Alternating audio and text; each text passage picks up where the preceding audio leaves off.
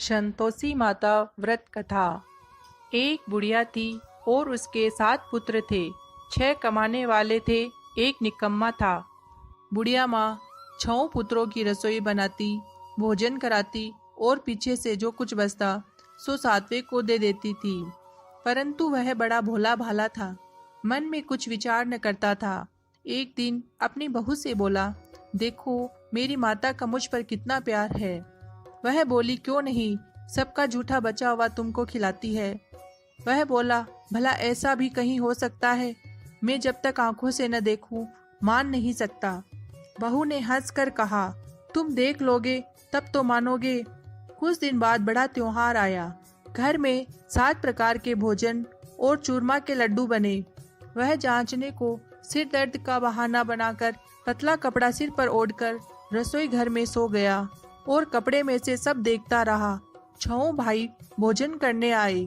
उसने देखा माँ ने उनके लिए सुंदर सुंदर आसन बिछाए हैं, 7 प्रकार की रसोई परोसी है। वह आग्रह करके जिमाती है। वह देखता रहा। 6 भाई भोजन कर उठे।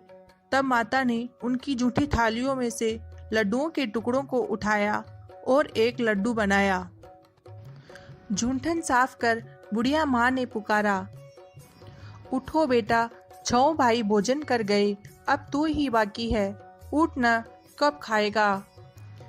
वह कहने लगा, माँ मुझे भोजन नहीं करना, मैं परदेश जा रहा हूँ। माता ने कहा, कल जाता हो तो आज ही जा। वह बोला, हाँ हाँ आज ही जा रहा हूँ। यह कहकर वह घर से निकल गया। चलते समय बहू की याद आई। वह गौशाला में उपले थाप रही थी। वहीं जाकर उससे बोला, हम जावें परदेश को, आवेंगे कुछ काल, तुम रहियो संतोष से, धर्म आपनो पाल। वह बोली, जाओ पिया आनंद से, हमरो सोच हटाए, राम भरोसे हम रहे, ईश्वर तुम्हें सहाय। देख निशानी आपकी, देख धरु में धीर, सुधी मत हमारी विसारियो, रखियो मन गंभीर। सुधी हमरी मति विसारियो, रखियो मन गंभीर। वह बोला, मेरे पास तो कुछ नहीं, यह अंगूठी है, सो ले और अपनी कुछ निशानी मुझे दे। वह बोली, मेरे पास क्या है, यह गोबर भरा हाथ है। यह कहकर उसकी पीठ में गोबर के हाथ की थाप मार दी। वह चल दिया। चलते चलते दूर देश में पहुंचा। वहां पर एक साहूकार की दुकान थी।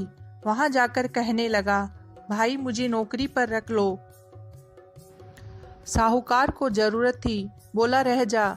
लड़के ने पूछा, तनख्वाह क्या दोगे? साहूकार ने कहा, काम देखकर दाम मिलेंगे। साहूकार की नौकरी मिली। वह सवेरे 7 बजे से रात तक नौकरी बजाने लगा। कुछ दिनों में दुकान का सारा लेन देन, हिसाब किताब, ग्राहकों को माल बेचना, सारा काम करने लगा। साहूकार के 7-8 नौकर थे। वे सब चक्कर खाने लगे कि यह तो बहुत होशियार बन गया है। सेठ ने भी काम देखा और 3 महीने में उसे आधे मुनाफे का साझीदार बना लिया।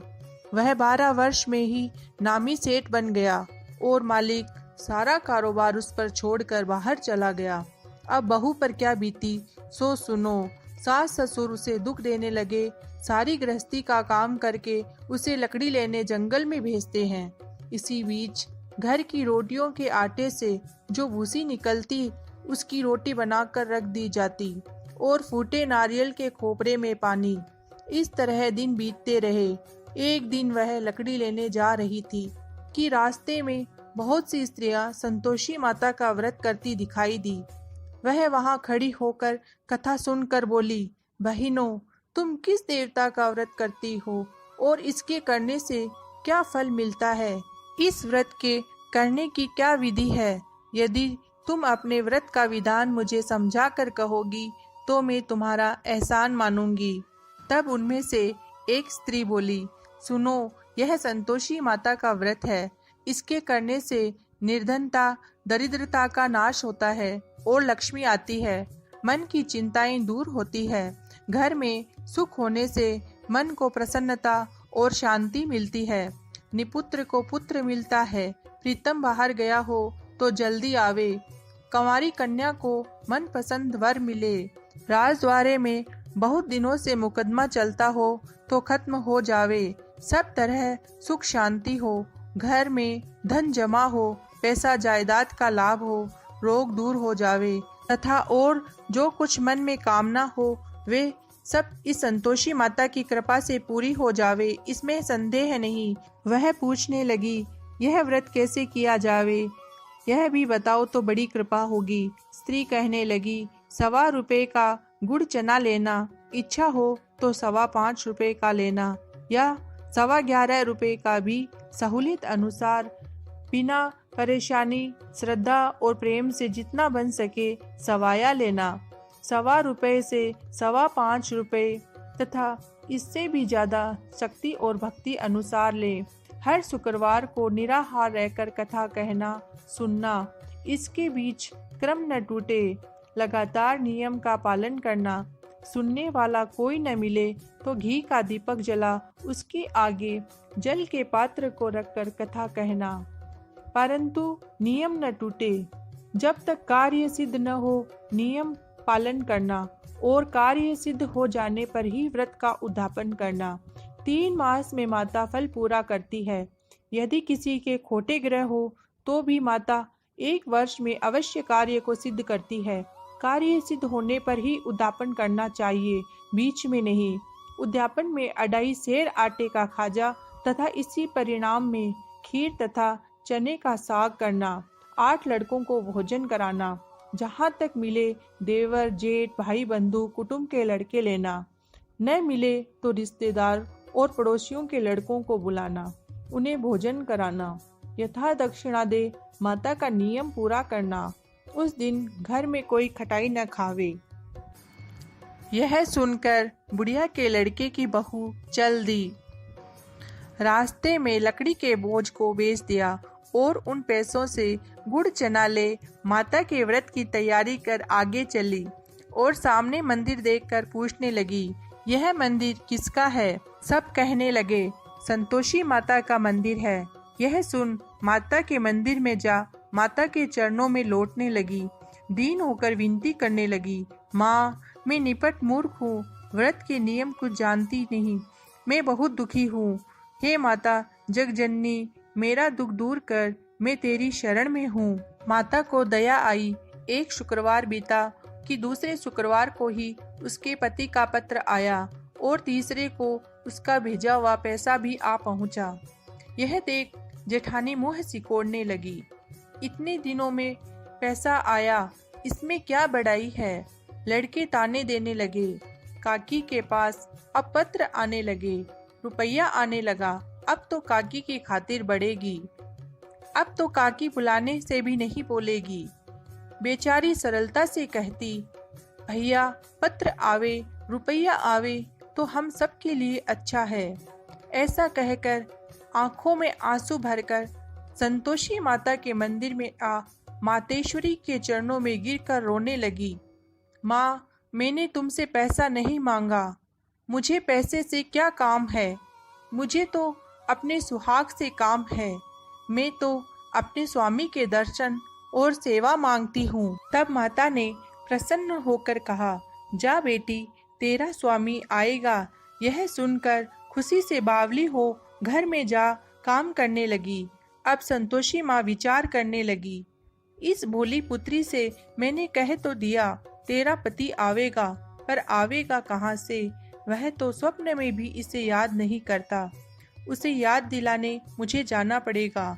इस तरह माता बुढ़िया के बेटे के पास जा स्वप्न में प्रकट हो कहने लगी, साहूकार के बेटे सोता है या जागता है? वह बोला, माता सोता भी नहीं हूँ, जागता भी नहीं हूँ, बीच में ही हूँ, कहो क्या आज्ञा है? माँ कहने लगी, तेरा घर बार कुछ है या नहीं? वह बोला, मेरा सब कुछ है माता, माँ बाप भाई बहन बहू, क्या कमी है? माँ बोली, भोले पुत्र, तेरी स्त्री घोर कष्ट उठा रही है, माँ बाप उसे दुख दे रहे हैं, वह तेरे लिए तरस रही है, तू उसकी सुधि ले। वह बोला, हाँ माता, यह तो मुझे मालूम है, परंतु मैं जाऊं तो जाऊं कैसे? परदेश की बात है, लेन देन का कोई हिसाब नहीं, कोई जाने का रास्ता नजर नहीं आता, कैसे चला जाऊं। माँ कहने लगी, मेरी बात मान, सवेरे नहा धोकर संतोषी माता का नाम ले, घी का दीपक जला, दंडवत कर दुकान पर जा बैठना। देखते देखते तेरा लेन देन सब चुक जाएगा, जमा माल बिक जाएगा, सांझ होते होते धन का ढेर लग जाएगा। सवेरे बहुत जल्दी उठ उसने लोगों से अपने सपने की बात कही, तो वे सब उसकी बात अनसुनी कर दिल लगी उड़ाने लगे। कहीं सपने भी सच होते हैं? एक बूढ़ा बोला, देख भाई, मेरी बात मान, इस प्रकार साथ झूठ करने के बदले देवता ने जैसे कहा है वैसा ही करने में तेरा क्या जाता है। वह बूढ़े की बात मान स्नान कर संतोषी माता को दंडवत कर घी का दीपक जला दुकान पर जा बैठा। थोड़ी ही देर में वह क्या देखता है कि देने वाले रुपया लाए, लेने वाले हिसाब लेने लगे। कोठे से भरे सामानों के खरीदार नगद दाम में सौदा करने लगे। शाम तक धन का ढेर लग गया। माता का चमत्कार देख प्रसन्न हो मन में माता का नाम ले, घर ले जाने के वास्ते गहना कपड़ा खरीदने लगा और वहाँ के काम से निपट वह घर को रवाना हुआ। वहाँ बहू बेचारी जंगल में लकड़ी लेने जाती है। लौटते वक्त माँ के मंदिर पर विश्राम करती है। वह तो उसका रोजाना रुकने का स्थान था। दूर से धूल उड़ती देख वह माता से पूछती है, हे माता, यह धूल कैसी उड़ रही है? माँ कहती है, हे पुत्री, तेरा पति आ रहा है। अब तू ऐसा कर, लकड़ियों के 3 बोझ बना ले, एक नदी के किनारे रख, दूसरा मेरे मंदिर पर और तीसरा अपने सिर पर रख। तेरे पति को लकड़ी का गट्टा देखकर मोह पैदा होगा, वह वहाँ रुकेगा, नाश्ता पानी बना खाकर माँ से मिलने जाएगा। तब तू लकड़ियों का बोझ उठाकर घर जाना और बीच चौक में गट्टा डालकर 3 आवाजें जोर से लगाना। लो सासू जी, लकड़ियों का गट्टा लो, भूसी की रोटी दो और नारियल के खोपरे में पानी दो। आज कौन मेहमान आया है? माँ की बात सुन बहू बहुत अच्छा माता कहकर प्रसन्न हो लकड़ियों के 3 गट्टे ले आई। एक नदी के तट पर, एक माता के मंदिर पर रखा। इतने में ही एक मुसाफिर आ पहुंचा। सूखी लकड़ी देखकर उसकी इच्छा हुई कि अब यहीं विश्राम करे और भोजन बना खाकर गांव जाए। इस प्रकार भोजन बना विश्राम कर वह गांव को गया। सबसे प्रेम से मिला। उसी समय बहू सिर पर लकड़ी का गट्टा लिए आती है। लकड़ी का भारी बोझ आंगन में डाल जोर से 3 आवाजें देती है। लो सासू जी, लकड़ी का गट्टा लो, भूसी की रोटी दो, नारियल के खोपरे में पानी दो। आज कौन मेहमान आया है? यह सुनकर सास बाहर आ अपने दिए हुए कष्टों को भुलाने हेतु कहती है, बहू ऐसा क्यों कहती है? तेरा मालिक ही तो आया है। आ बैठ, मीठा भात खा, भोजन कर, कपड़े गहने पहन। इतने में आवाज सुन उसका स्वामी बाहर आता है और अंगूठी देख व्याकुल हो माँ से पूछता है, माँ यह कौन है? माँ कहती है, बेटा यह तेरी बहू है। आज 12 वर्ष हो गए।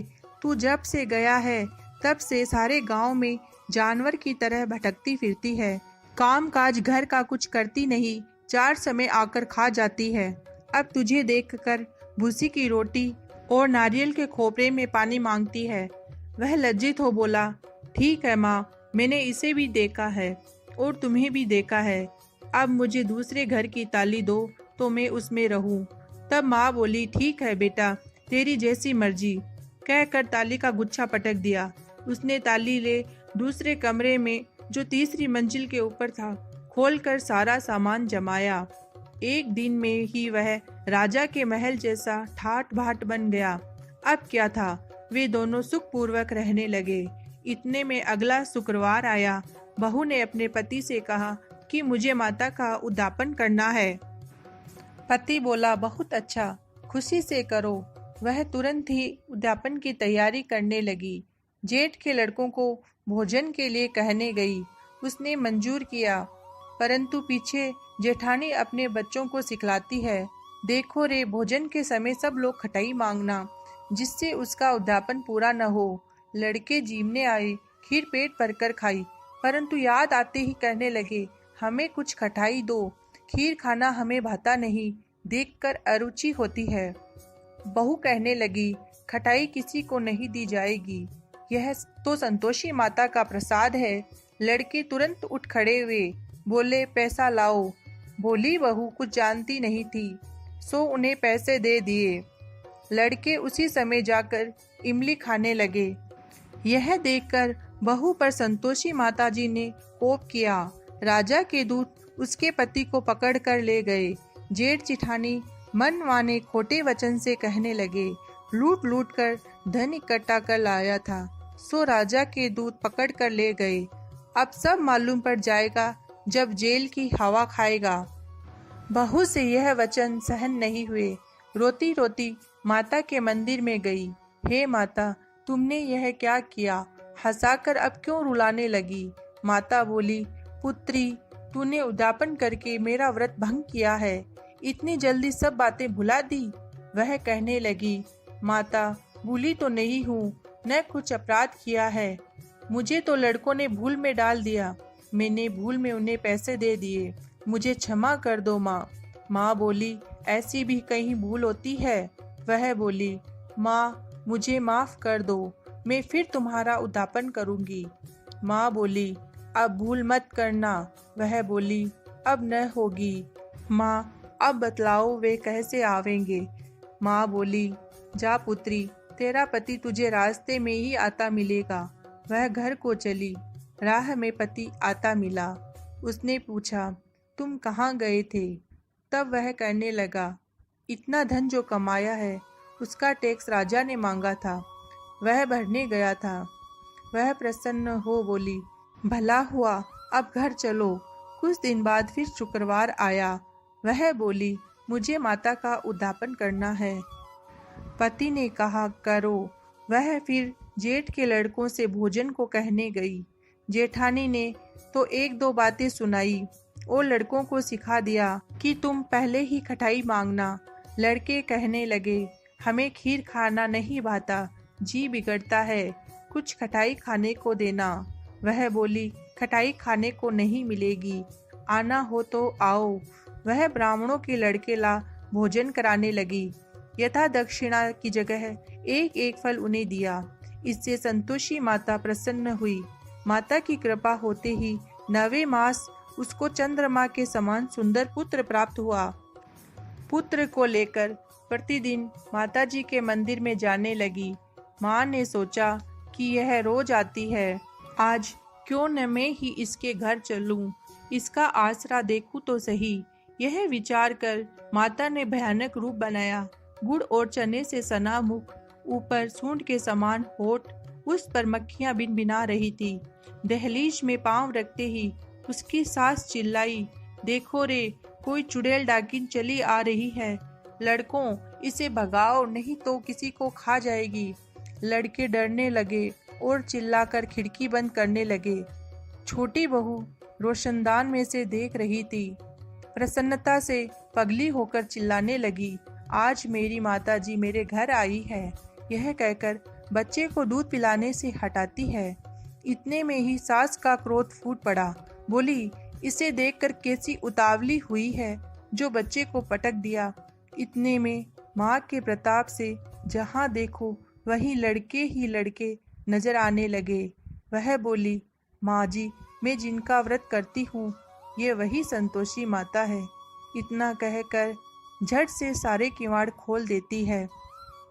सब ने माता के चरण पकड़ लिए और विनती कर कहने लगे, हे माता, हम मूर्ख हैं, हम अज्ञानी हैं, पापी हैं, तुम्हारे व्रत की विधि हम नहीं जानते। तुम्हारा व्रत भंग कर हमने बहुत बड़ा अपराध किया है। हे माता, आप हमारा अपराध क्षमा करो। इस प्रकार माता प्रसन्न हुई। माता ने बहू को जैसा फल दिया वैसा सबको दे। जो पड़े उसका मनोरथ पूर्ण हो। बोलो संतोषी माता की जय।